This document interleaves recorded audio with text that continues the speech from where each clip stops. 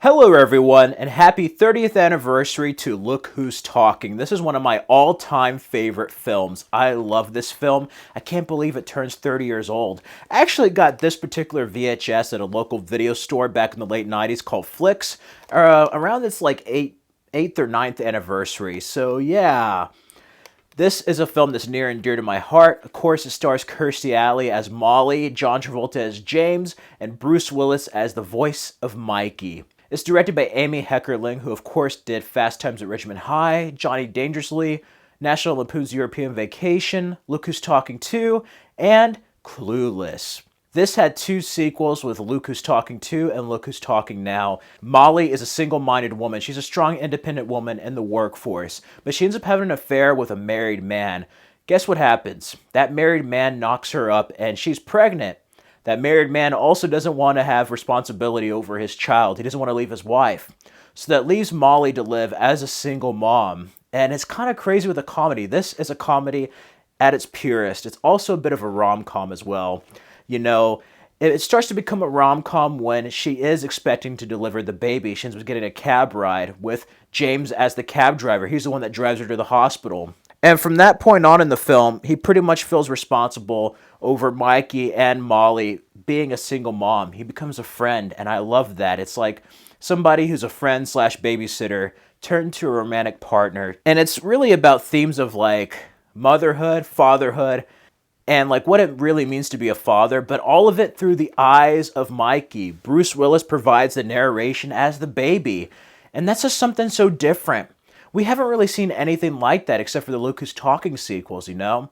As far as like a single mother, there's a Spanish film called Don't Blame the Kid that reminds me a lot of Look Who's Talking. But this is such a wonderful film. And John Travolta and Kirstie Alley's performances really make it, as well as Bruce Willis's voice work. I mean, he is hilarious as Mikey. Whoever thought that it would be interesting to see the world through baby's eyes is just genius. Baby geniuses. No pun intended, but like really, I love the plot of this film. And it also features Staying Alive.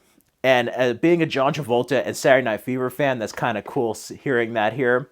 But also, this gave way for the show Rugrats. Rugrats was inspired by this movie. Without talking Mikey here, we may have never had a Rugrats.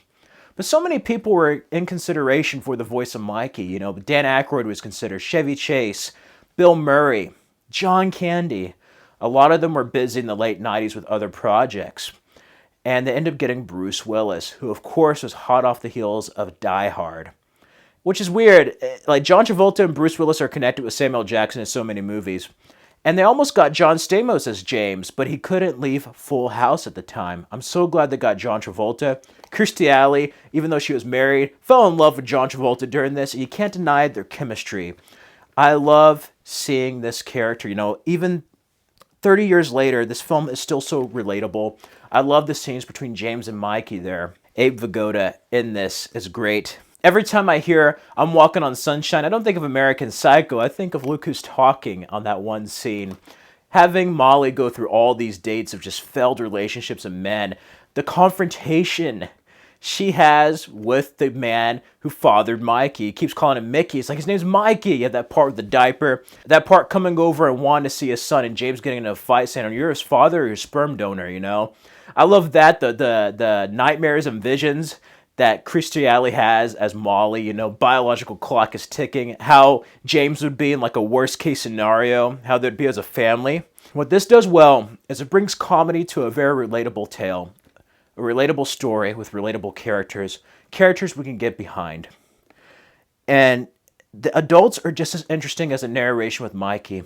Even to the part at the end where he thinks he's driving and he's gone missing and he's out in traffic, it really raises tension. But also it makes Molly and James come closer together in their relationship that will later on be explored more in the sequels. But 30 years later, there's no denying what Look Who's Talking did in cinema, how successful it was, what it inspired, but also why there isn't really anything else like it. You know, even the sequels aren't up to the level of this first film, and I love them. You know, the second one has Roseanne Barr as his sister, and then of course the third one, Look Who's Talking Now, is two dogs. Inspired a gif on social media with Charles Barkley, but it's Dan DeVito and Diane Keaton. This is just genius. Like, this is just lightning in a bottle. Luke Who's Talking, I give a 5 out of 5 and an A+. This is not only a great comedy, a great romantic film, it's a smart one at that. And yeah, I love Look Who's Talking.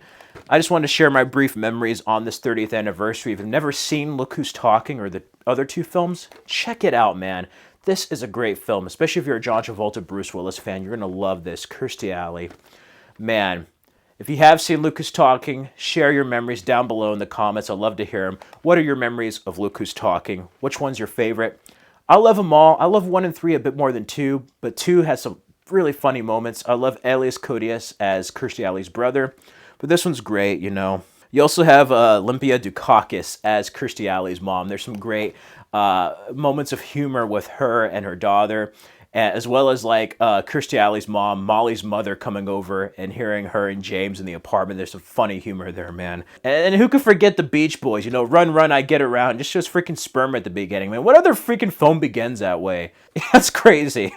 This, 30 years later, still holds up. Let me know your thoughts of it down in the comments below. Check out these other retrospectives and subscribe for more videos on my channel. Don't forget to hit that bell. You can also follow me on the Stardust app at Fred Film Fanatic. I'm going to have a Luke Who's Talking reaction there as well. Let me know what you think of this film, and if you haven't seen it again, check it out. Till next time, everyone.